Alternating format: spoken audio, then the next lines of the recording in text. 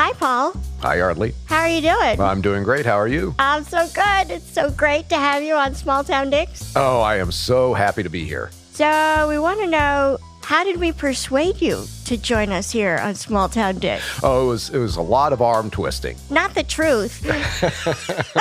Well, what has always impressed me about Small Town Dicks is the professionalism. First, you have your authenticity.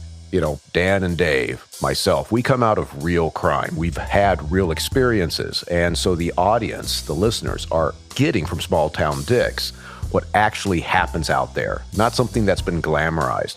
But also, you guys don't exploit the cases. You're empathetic to the victims. And this is what I'm all about. And I know that people who know me from other projects, they will truly see that when they start listening to Small Town Dicks. That's an incredible endorsement.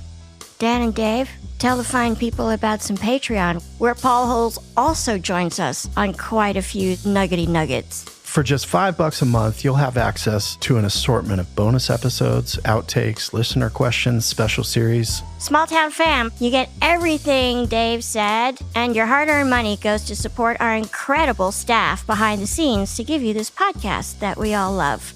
So please join us at patreon.com/smalltowndicks. How much was that again? It's only $5 a month, Paul. Just $5. And you get all of that content? Yes. That is a deal. It's such a deal. Patreon.com/smalltowndicks.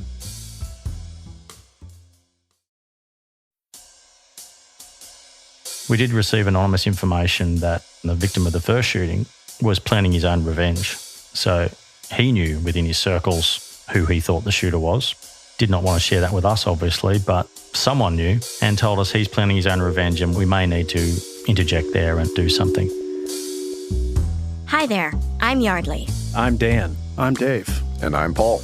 And this is Small Town Dicks. Dave and I are identical twins and retired detectives from Small Town, USA. And I'm a veteran cold case investigator who helped catch the Golden State Killer using a revolutionary DNA tool. Between the three of us, we've investigated thousands of crimes, from petty theft to sexual assault, child abuse to murder. Each case we cover is told by the detective who investigated it, offering a rare, personal account of how they solved the crime. Names, places, and certain details have been changed to protect the privacy of victims and their families. And although we're aware that some of our listeners may be familiar with these cases, we ask you to please join us in continuing to protect the true identities of those involved out of respect for what they've been through. Thank you.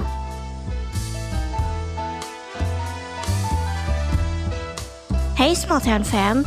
How are you? Where are you? Wherever you are in the world, I hope that you're well and safe. We have a really interesting case for you today. It's one which, in my opinion, really illustrates the uniquely small-town dynamic of Detective Sergeant Graeme's jurisdiction.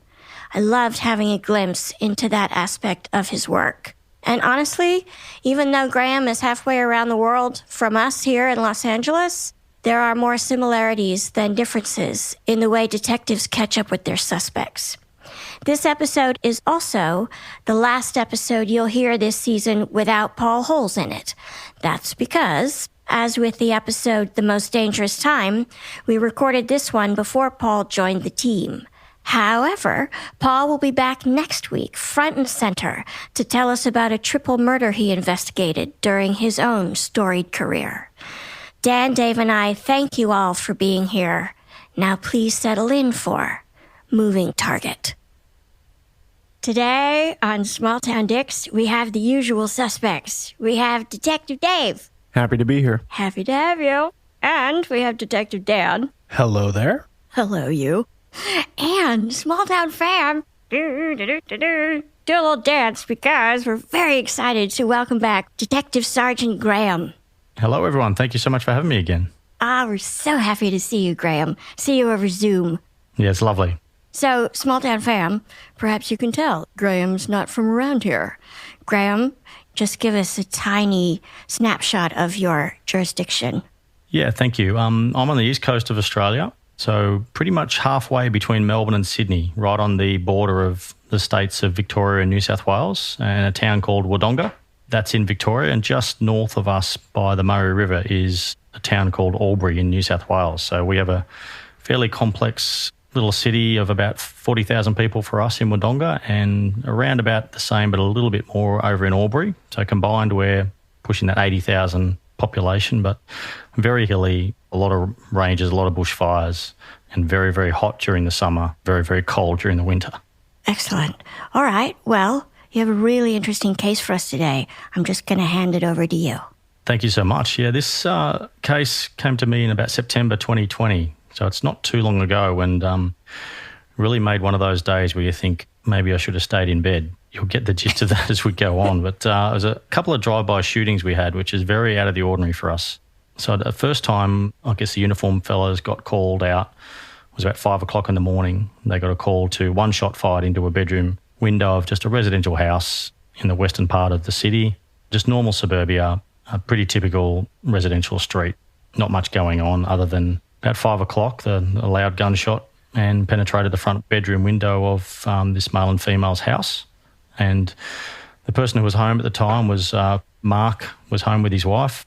They were up at the time, actually, and they called 000, obviously immediately. 000 is like 911 in the States. Yep. The shot was heard and they realised that a shot had gone through their front window into their bedroom wall. My team called me just after 6 o'clock once they got the scene managed and locked down, and no one in, no one out, and secure the scene as most uniforms will do. And I was making my way to try and get to the scene and try and get my head around exactly what was going on, let alone wake up without a coffee. So it was a little bit of a rude shock to wake up to this. Not our normal start to the morning for such a town. A pretty big deal, I guess, is what I'm trying to say. So we knew the pressure was on, and immediately we started to think, what's the link here? Is this a targeted shooting? Is it someone inside the address, or is it just a mistaken identity, and everything in between? It was game on, I guess, from the start. I managed to get myself a bit ready, and the phone's running red hot, as you'd imagine, and making sure that the scene for my investigation, and particularly then the team for some forensic capability, being ballistics and all the rest, was certainly secured. And what quickly became known to us was that address where Mark lived was definitely well known to us, and so was Mark. Mark was reportedly in the drug scene and was very well known to us. We'd actually been through that address a couple of times, as in we'd done some warrants there and before. So it was probably no surprise that maybe things had gone a bit awry in his world and someone was after a bit of retaliation or a bit of a message. What do you guys typically encounter on the street regarding narcotics? For us up here in the northeast, it's methamphetamine, or ice, that's called. So the ice is really the drug that's causing us the most harm. Probably a lot of places around the world, people can still function on that drug as opposed to heroin we saw in the 90s and 2000s. Ice is definitely, unfortunately, what the scourge is for us at the moment. So heroin and fentanyl are not big players in Australia on the drug scene? No, unfortunately, we are seeing a little bit of heroin start to make its way back into the market. Fentanyl, not so much. We did have a run of it, but we had a significant amount of deaths and overdoses, and I think that sort of scared a fair few off. So you guys have a history with Mark and that residence, but he felt that he would call the police on this occasion. Yeah, his partner actually called 000 just as an immediate response, so I'm not sure what their conversation would have been when he found out that 000 was called, but I wouldn't imagine it would have been too nice. I see. Yeah, probably not his first instinct to call us. Right. It kind of sets a scene for how the interaction's going to go once the police get there as well. Is, you hear the address, you know what address you're going to and what kind of calls are generated out of that address, and then you're dealing with him in a different capacity.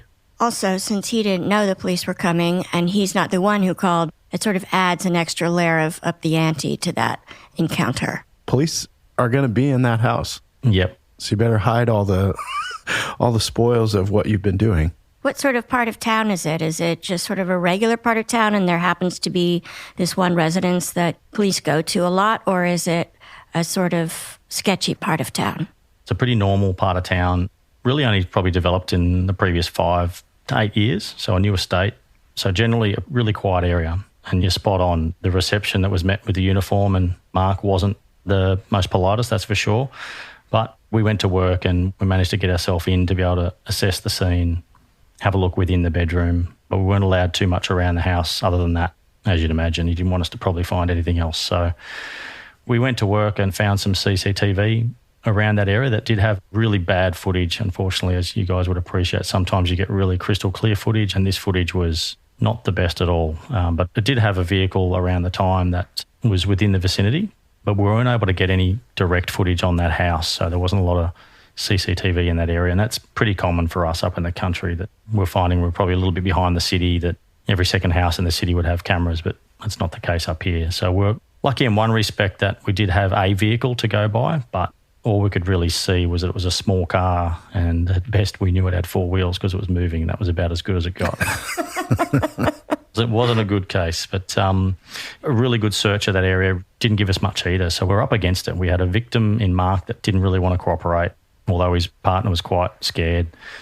We had no shell casing. We didn't find anything through a really thorough search. We had a very small penetration of the window, and we found partial of a projectile, a .22 caliber round that had gone into the bedroom wall. So we had something there, but nothing else, no fingerprints. It's a shot fired, so there'd be no fingerprints. We had no footprints, and at about 5 o'clock in the morning, no witnesses at that part of town. So regardless of a victim that didn't really want cooperation, we certainly had to investigate fully, because this isn't what we wanted going on in our small community, particularly with that randomness of a drive-by shooting. And it was at that point, I think I got a phone call from a resident on a different part of town who said, "I understand there's been a shooting. I might have some information for you.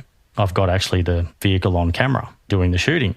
So I'm like, fantastic. This will be a nice little wrap-up. We should have this done by lunchtime and time to go to the pub. But no, unfortunately, it took me a little while to get my head around that he was referring to a different address, that there'd been a second shooting. So the first shooting with Mark was in a street called Georgina Street in Wodonga, to the west part of town, and this other address was in a Gordon Street, completely different part of town. So there was no mistaking that these were two separate incidents. So I managed to get other members to go to this other address, where my friend decided to let me know he's got the footage of this exact car. And again, we got that footage and had a look, and there was no mistaking that this was a separate address. And we're lucky enough this time that this camera actually had audio.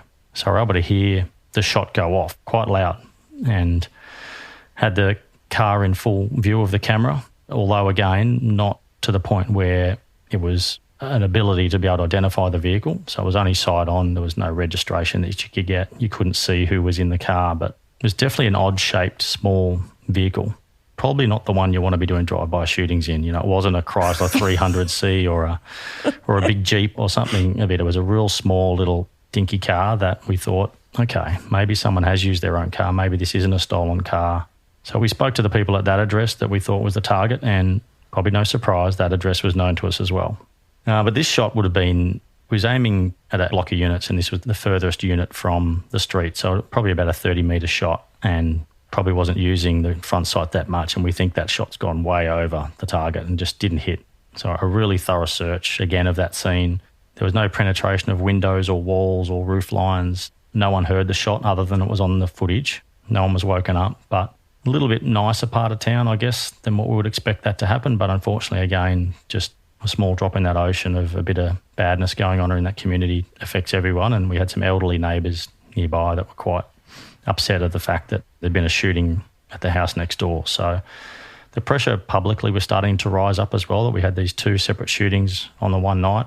And the risk there is obviously a stray bullet going anywhere is not going to be a good thing. The person who called you and said, "Hey, I've got video of your shooting," is that the person who lives at this residence that was shot at? Or is it a neighbor who's just in the area and says, "I'll reach out to my detective friend"? Yeah, someone that was in the area, not too far from there, and had checked his footage through the night, just through activations, and saw this car, because they were aware of that address as well. So, yeah, as I said, it took a while for me to get my head around that this wasn't the same one that we were actually at. This was a second address. Did that tiny, odd-looking car, even though the first footage was quite grainy and you couldn't really see any real detail to the car, could you at least tell, oh, it's also a smaller car? Did it look like it might be the same car, I guess? We thought that, exactly. We thought it could be the same car. They're not distinctively different. We didn't have a large vehicle and a small vehicle. They both just look small. We're thinking already that these are linked. Obviously, we don't have too many drive-by shootings, let alone two in the one night. So we're starting to think these are linked, but the evidence that we would have to get to a court or before a jury would have to be pretty solid. Where the exact shot was fired from in this second place, we could see, because we knew where the car was and where that loud crack went off. We knew exactly where that shot was fired from. So a really thorough search again, looking for the shell casing. But unfortunately, again, didn't come up with too much. No projectile found, the shell casing not found. as the shot was fired from within the vehicle, it's possible the projectile could have ejected within the car. There's no other evidence physical that we had other than this was captured on CCTV. We wouldn't have known about it. Let's just say that it was the same shooter. Would it have been possible for them to get from location number 1 to location number 2 in the amount of time that you got that second phone call? Yeah, most definitely. The times were a couple of hours apart, more than enough time to go from one scene to the other. So we're already thinking, what is motivating this shooter? And we didn't have a lot to go on, so both addresses weren't cooperating. There was no real links between them other than known to us, and perhaps in that drug scene, they're probably more in competition from each other. So again, thinking, is this someone trying to hit into the market? Is this someone that's not happy with any debts that may be owed? As I said earlier, the community was really getting into this. The local media knew, so they were turning up, and the jungle drums were definitely beating, and we were getting lots of different information coming in, and a lot of that random. It made things complex. To weed out the good information from the bad become a real challenge. Yeah, absolutely, because you have to chase down all those leads, right? Yeah, I can't leave anything unturned, particularly when people want to call our Crime Stoppers number here and give anonymous information. And sometimes that can be as damaging as it can be beneficial.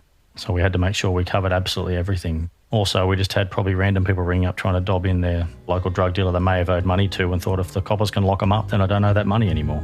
Right.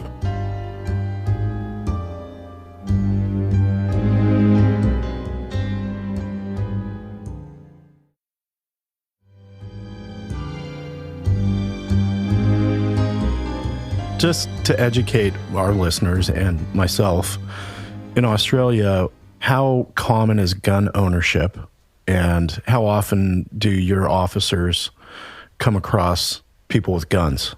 Gun ownership in the northeast of Victoria, where I am on that border town, quite common. We've got a lot of farming areas, so we're talking high caliber weapons, long arms for farming and destruction of animals.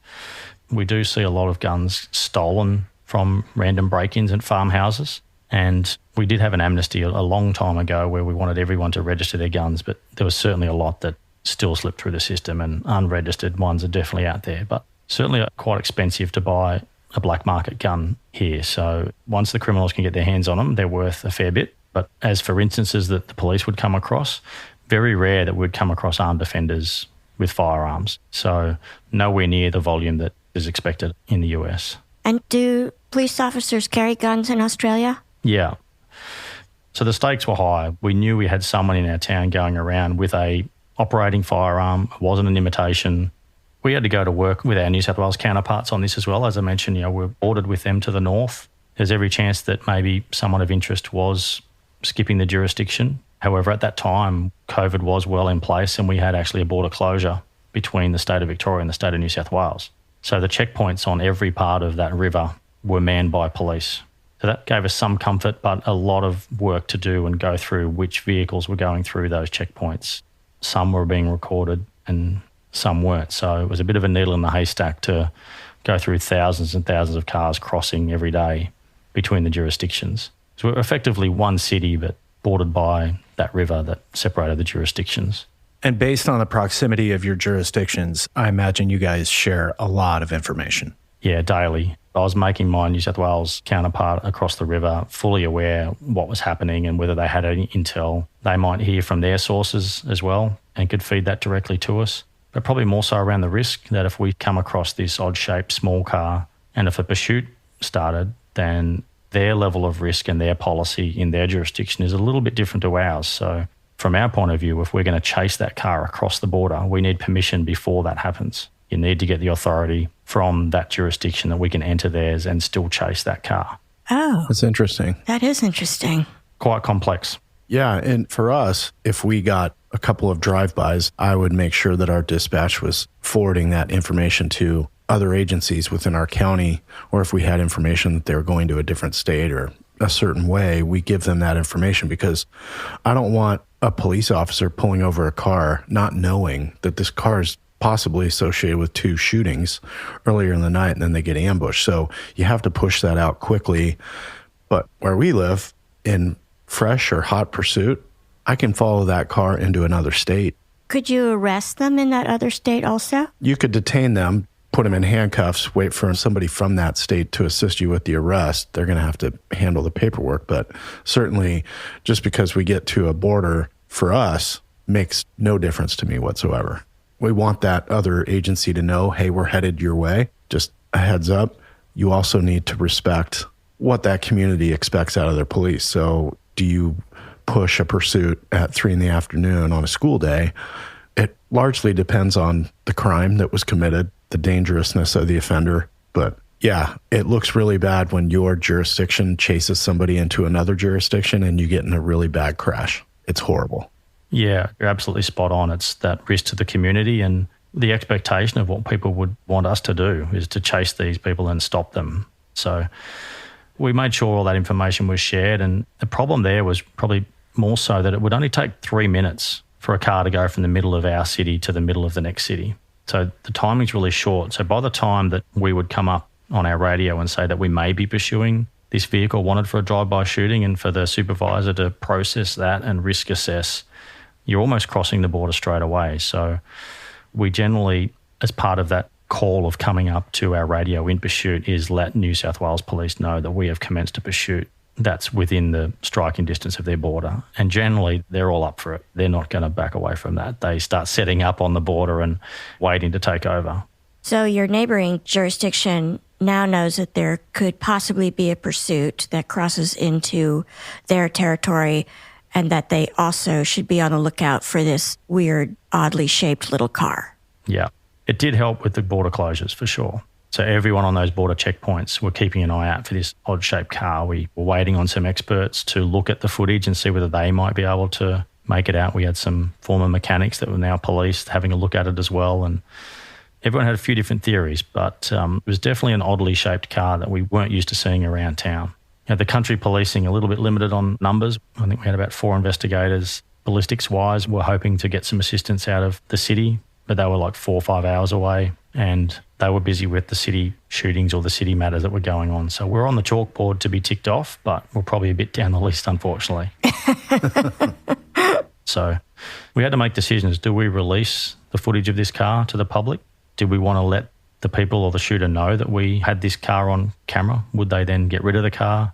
And we decided to release the footage from the shooting where the projectile missed. So that's shooting number 2, the one that happened at the apartment block. Right. We did receive some information overnight that there was actually a third shooting that had occurred at a different address, a third address. So now we had 3. This one that we just learned about, this third one, in chronological order, had occurred first, some hours before the one that Mark was the victim of.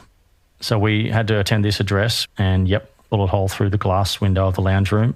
And this one went through glass. A picture frame had been resting against the glass, wasn't up on the wall, penetrated that picture frame, and the trajectory of this one was going up. So this one actually entered the wall a lot higher than where it entered the glass. So it sort of entered the bottom pane of the lounge room window, but the trajectory was going up, and that was reflective probably of the landscape there. It was actually on a bit of a hill, the premises, so we had a bit of an idea where the shot may have come from. And as I mentioned, we were waiting on our forensics, and we were a long way away geographically, but we were under pressure to progress this investigation, that this was now the third that we knew of. Are we going to see more? What's the risk to everyone? So we had to make do with what we had and try and do our best ballistics examination ourselves. So we knew the hole was through the glass. We knew where the round actually came to rest on the lounge room wall a bit further away.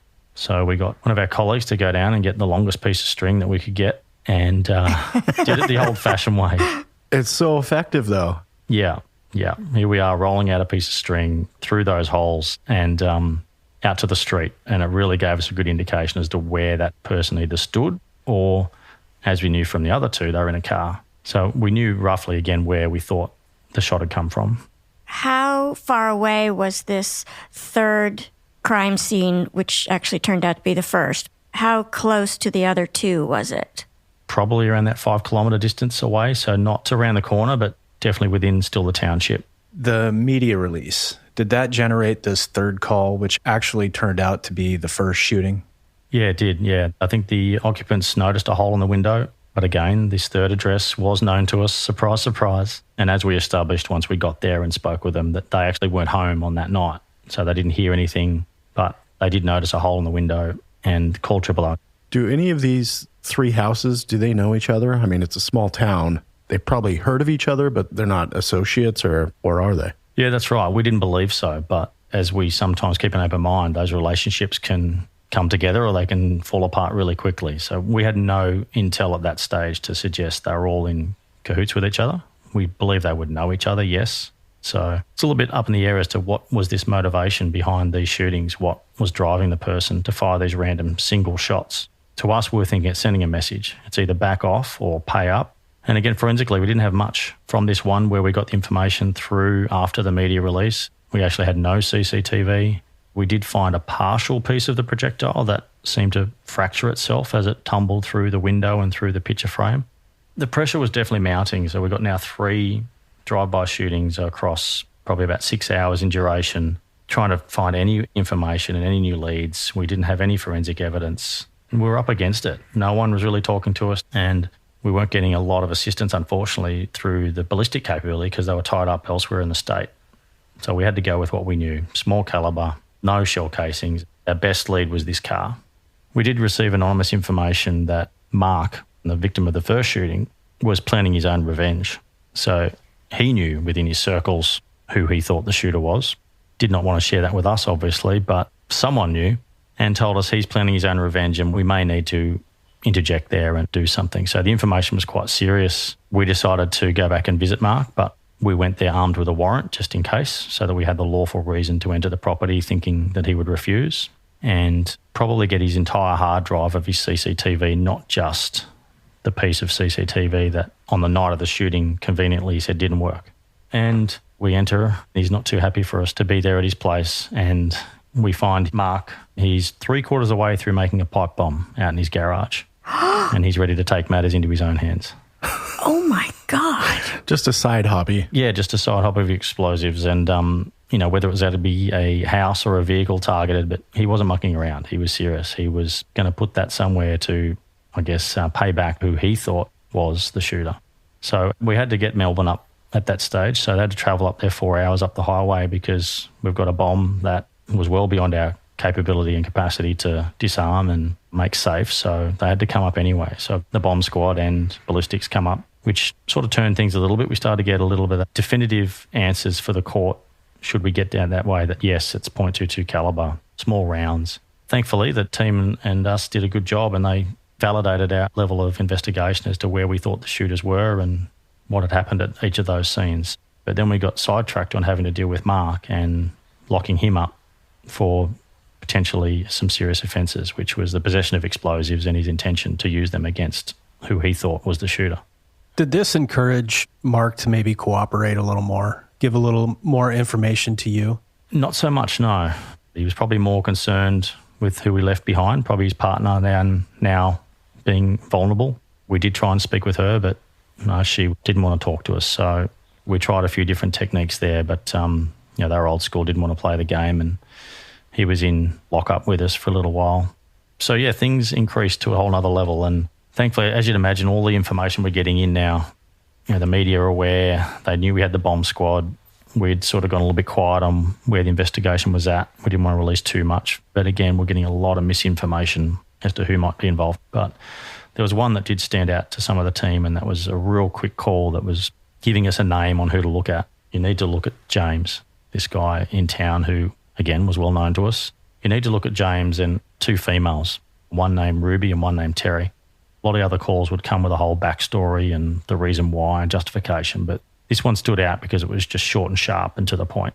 And one of the team came and said, well, I think we need to follow this through because this guy, James, certainly would be up for this type of thing. Was he also a known drug dealer, James? Or did he dabble in other things? Yeah, he was more a weapons guy, involved in firearms, some violence in assaults, serious assaults, which made us think this could be up his alley. And part of that call also gave us some information about a motivation, that this was all over a particular drug dealer that had been going around our town named David. David was one of the well-known drug dealers in town, was getting a bit loose and standing over people. And the information we thought was that James would take things into his own hands and try and send a message to David to back off. So the information we had was that he was targeting these addresses thinking that David was at these, and firing shots in them to try and get David to back off a little bit, which great concerns for us, the randomness of how these shots are being fired into houses. And there's every chance they get the wrong address. Sure, well, and in as far as he shot into 3 different houses, he already had the wrong address. Yep.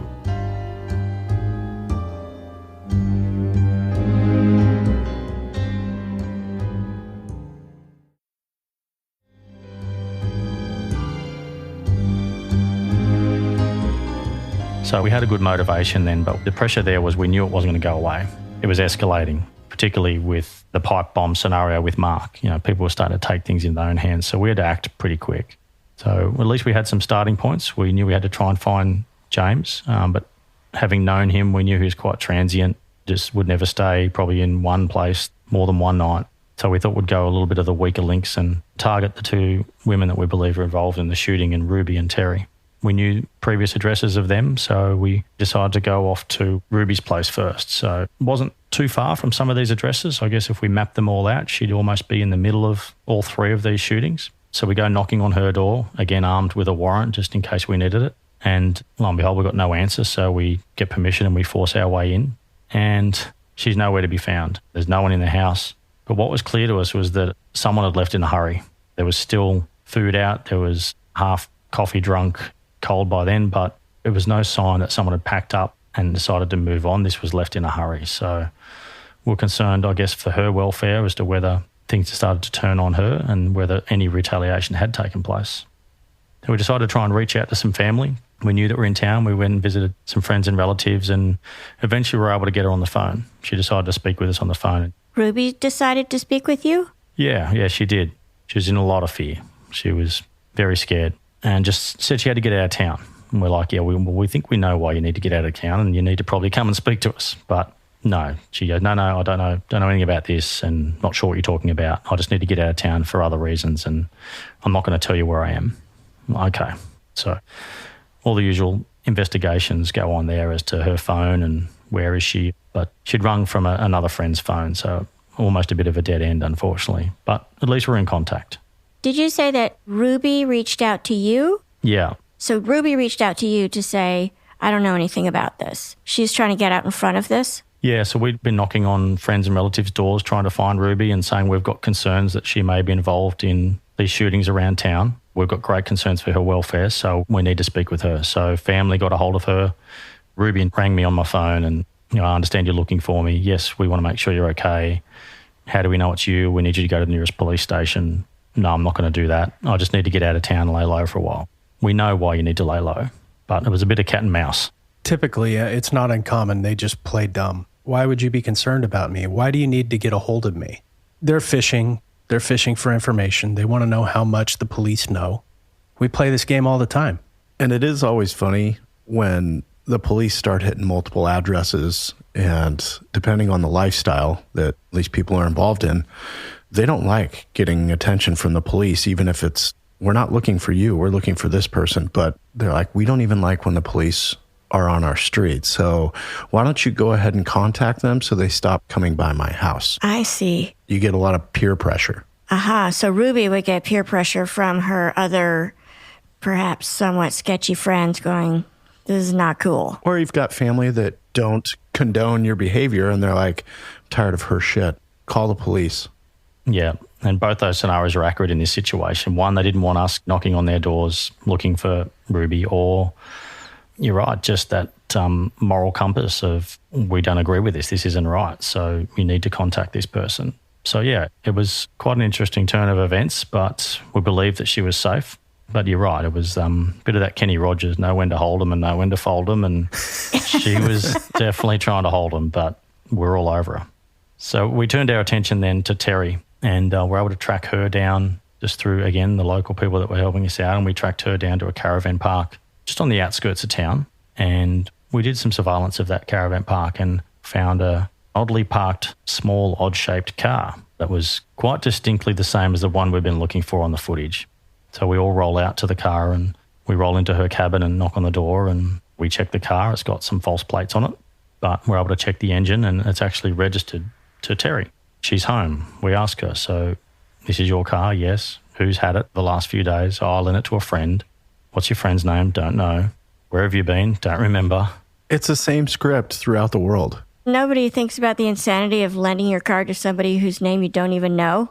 Yeah, definitely no common sense. So her story was breaking down really quickly. This was not going too well, and you could see the pressure and the stress. So once we finally got our forensics to have a look in the car, we had it towed and examined. There was a balaclava found in the back seat. We had gunshot residue tested of the vehicle, believing shots were fired from within it. And if you recall before, we didn't find any of the shell casings. You know, I'm almost willing to put a six-pack of beer on, we're going to find some shell casings in this car. But unfortunately, we found nothing other than the balaclava. So we thought, well, we're on the right track here. If James is our shooter, we've got the balaclava. He's made a mistake and left it in the car. We'll hopefully get his DNA. But Terry didn't want to play the game. She was trying to tell us that she loaned the car to someone, but we're able to quickly check the CCTV from that caravan park, and all the timings lined up pretty well with the shootings, and the car wasn't loaned to a friend as she tried to tell us, and we arrested her. She was taken into custody and interviewed at length. Things become a little bit real for her at that point. I'm sure it got very real for her. The timing of these shootings, are they hitting an address, returning to the caravan park, going back out, hit another address? Yeah, that's what we're thinking. We weren't sure where they were going back to. The footage at the caravan park showed they weren't going there. So we're thinking there's another address perhaps, which could have well been Ruby's, because Ruby wasn't home and she had no cameras on her place. You're right, they were going somewhere in between there. There was no way they were just sitting in the car drawing attention to the police that might pull them over. They were going somewhere to bunker down for a couple of hours and either work out where they thought David may be next. So we had to try and identify that address.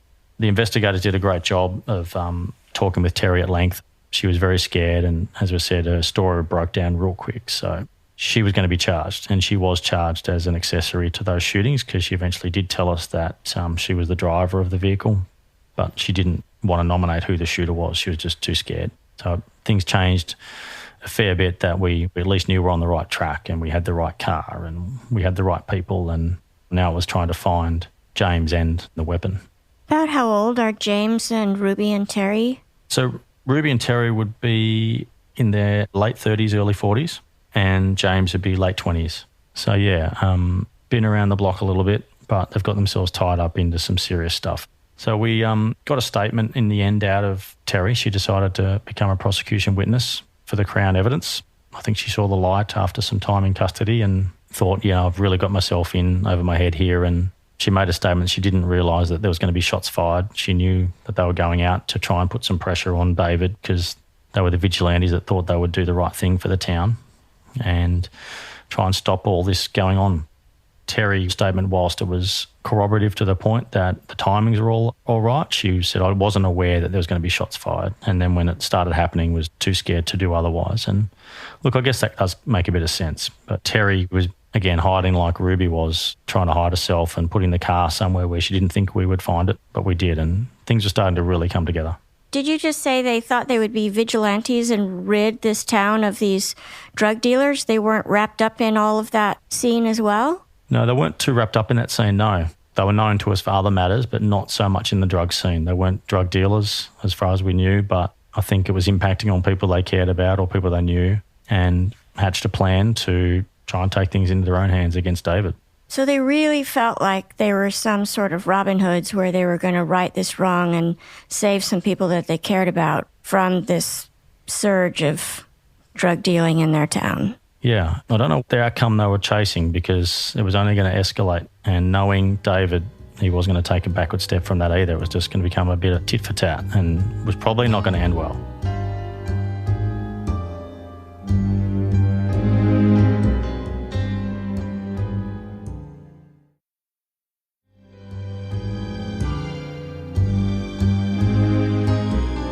So you've got Terry playing ball, but now you've got Ruby and James in the wind. Yeah, Ruby and James in the wind. And, I think once the word got out to the local community and how small of a town it is, that word did start to get out that we'd got the car, we'd got Terry.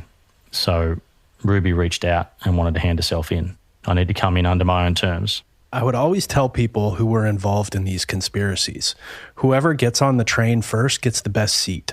Perfect analogy, yeah. Yeah, Terry's got the first class ticket and Ruby wants to get in one next to her, I think. So, yeah, we took that no problem, and, trying to manage that risk of are we being played?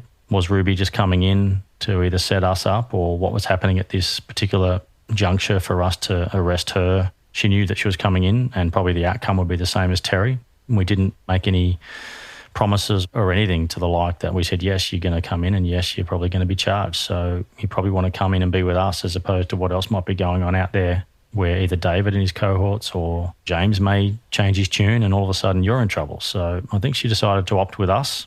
We had a safe meeting and got her into custody, and we didn't believe there was too much opportunity for Ruby and Terry to concoct this story together. So the statement's pretty well lined up together that we were confident enough that James was our shooter. About how many days are you into the investigation at this point that you've got Ruby and Terry in custody? Around about day 3. Wow. 3 long days, long hours, but we just had to keep going because the risk was there. And did Ruby and Terry actually know where James was, or they really didn't know? No, I really didn't know. We believed they probably wouldn't know, and by now he would have known we're after him. Having known him previously, he was not going to hand himself in. We made the tactical decision to try and get our use of our SWAT team, we call our Special Operations Group, so our SOG, to do this high risk. And we didn't want to put ourselves at risk or the community at risk. So we had the applications in to have authorisation to use those resources. And again, coming from the city, trying to manage all that. And we had no starting point though. We didn't know where James was. We didn't even know if he may have fled back to the city. Did he have ties to the city? Yeah, he's had ties to other parts and other parts of Australia. So we really were thinking if he's gone somewhere, we may need to go on the hunt. So we did have a bit of luck, and we had enough to issue a warrant for his arrest, even though we didn't know where he was. So we get a warrant from the court, and he knew that we were after him, and the information was really free flowing at that stage as to where James may have been and who he was knocking around with. So we started with his girlfriend and we stayed on her in the hope that eventually he would come to her for some help or at least stay with her, and that turned out to be the case. So, our teams were able to find him and her together, and we had some options as to how to best take them out safely without involving the community. But unfortunately that got forced on us because he headed for the New South Wales border.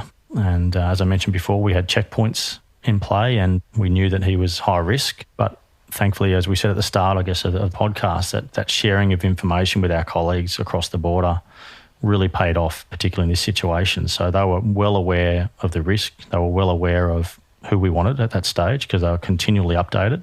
And by that stage, we knew what car James was in. So at times up here, it was almost 2-3 hours to cross the border. So you're lined up for quite a long time. So whilst he was just thinking he's crossing the border, we let him get reasonably close to the front of the line and eventually some of the uniform members. And it was really unremarkable to the uniform to walk up and ask him to exit the car under the COVID regulations, and he was arrested without incident. He was taken into custody as nice as you like. So whilst all the risk was there, it ended up being the border checkpoint that made sure that there's such a safe arrest for such a high-risk offender took place. Well, and clearly James recognizes it's time to leave the city he's committing all these crimes in. Yeah, so the members on the checkpoint were fully aware who he was, so it was quite easily contained and safe. So we managed to get James, and we managed to get him probably about 1 kilometre or less into New South Wales jurisdiction, which became a problem because he would have to be extradited back to Victoria, even though he was just inside their jurisdiction. Oh, wow. Graeme, James's girlfriend who's in the car with him when they get picked up at the border, what's her name? Sarah. And do you think Sarah knew what James had been up to? Because Sarah was not in the car with Ruby and Terry and James when the shootings went on, was she? No, that's right. It's hard to say. I think from her reaction when James was taken into custody, a bit of that shock and fear that came across, she was able to distance herself and alibi herself for all of those matters. So whether he's had a conversation with her, I guess we may never know. But she was released without being arrested. Any property on James when he was taken into custody? No, nothing. So we searched the car, no firearm, nothing on him. And, he's staunch as well. He's, don't know what you're talking about. You've got the wrong guy. Why have you arrested me? I've got nothing to do with this. But we already had the warrant, so he went to Albury Court just in New South Wales. The extradition application was approved and he was brought back to Victoria to face a court within our jurisdiction. And James was remanded on the seriousness of that offending. So at that stage, we charged him with the 3 drive-by shootings. The next morning, he asked to speak with me and one of the other investigators. I was, at that stage, had just received a phone call about a 4th shooting that had just been uncovered and we had no idea about.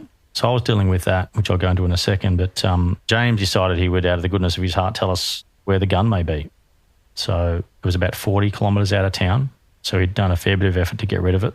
We thought maybe he might have dumped it in the river, as some do up here, but no, he left it at an address. And yeah, we did recover that firearm in the roof of this address. So things were really starting to get a bit of a bow on this package for us. We just about got everything we needed. And yeah, it was a 22 caliber long arm that had been cut down. So the stock of the gun had been cut and the barrel had been shortened. So it was a little bit easier to conceal. But the firearm, when it was tested by our ballistics, was malfunctioning after each shot.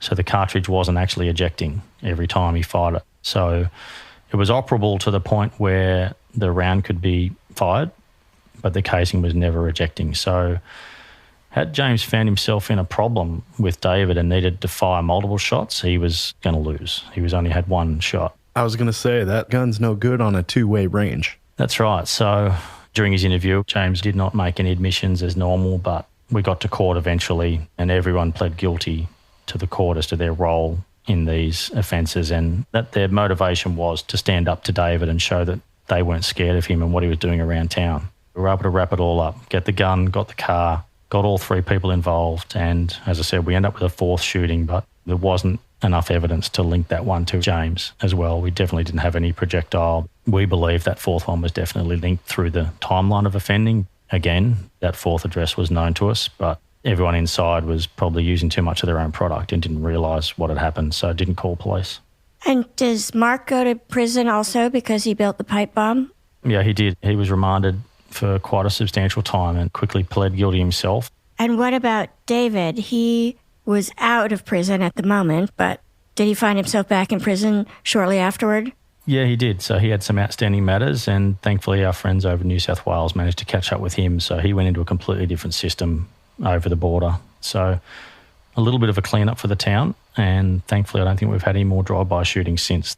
And for comparison purposes, I just want to know more about sentencing. You don't have to give the specifics, but what would James be looking at? What did Mark get for his activities? What does that look like in Australia? In this case, for both of them, it probably come down to their prior history.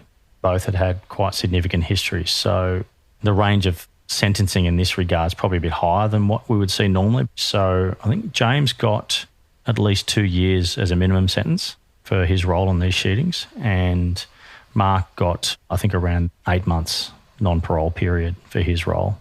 We would have probably have liked a little bit more, but that's the system, isn't it? Where our job's done once it goes to court, as you know. Right. Do you know how James and Ruby and Terry became friends and friends enough to actually go on this rampage together? That's a great question. They wouldn't get into too much of that with us as to how they come across. We think it just seems to be knocking around town together. There's no family links. There was no boyfriend-girlfriend links. Just come across each other, and we tend to think a few too many nights having a drink and perhaps some other stuff that they come up with this plan and it just got out of control, and a little bit of pack mentality perhaps about let's take things in our own hands. I had a question about the search warrant at Mark's house, and you've got a bomb squad there. I imagine in that neighborhood that was better than watching TV that night. And I'm thinking about situations where we've had, we have a tip line where people can phone in tips about drug activity or drug houses. And when we serve a search warrant on a house like that and bust in the door and you walk out with the homeowner or whoever the problem is, you start walking out with people in handcuffs and driving them away, you get quite a bit of community appreciation. Those are feel-good moments. You know that you've just plucked a huge dumpster fire out of a out of a community. You're like, hey, you're gone for a little bit at least. Right. So that was actually one of my questions. When you went to get your coffee and your bun the next morning, did you get like, oh my God, Graeme, fantastic. Thank you, Detective Sergeant Sir. You saved the day. You do get a bit of that, and you get that little pat on the back, which is great. And that's why you do it. But then we do find after these bigger jobs, the information flow becomes a little bit more active. That's great. You've knocked out that. What about this one? What about that one? So that community confidence increases, and they see the result and they see the impact on their street, their town. So it just never ends, does it? Does it make you feel like it's never enough? No, it doesn't. I think we notice the impact it does have on the community, particularly, the next day you see the front page of the paper and the bomb squad's on there. And as you say, you've got old mate walking out in handcuffs. And we get a lot of praise for it being so quick. And that's the relationships we have around town, not only with the good people of town and the businesses that give us their CCTV, but also people that just want to see the good done around town, and that moral compass kicks in and people want to tell us. Fantastic. I think it must speak to the character of your organization. Thank you. We all do our best, and the best thing for me is that we learn a lot along the way. We get the result we want, but every one of my detectives goes home safe. Brilliant. Thank you so much for bringing that to us today. Well done, sir. Thanks, Graeme. Thank you.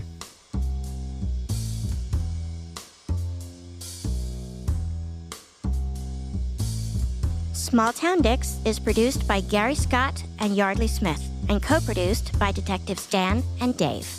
This episode was edited by Soren Bajan, Gary Scott, and me, Yardley Smith. Our associate producers are Aaron Gaynor and the real Nick Smitty. Our music is composed by John Forrest. Our editors extraordinaire are Logan Heftel and Soren Bajan, and our books are cooked and cats wrangled by Ben Cornwell. If you like what you hear and want to stay up to date with the show, visit us on our website at smalltowndicks.com. Small Town Dicks would like to thank SpeechDocs for providing transcripts of this podcast. You can find these transcripts on our episode page at smalltowndicks.com. And for more information about SpeechDocs and their service, please go to speechdocs.com. And join the Small Town fam by following us on Facebook, Instagram, and Twitter at SmallTownDicks. We love hearing from you.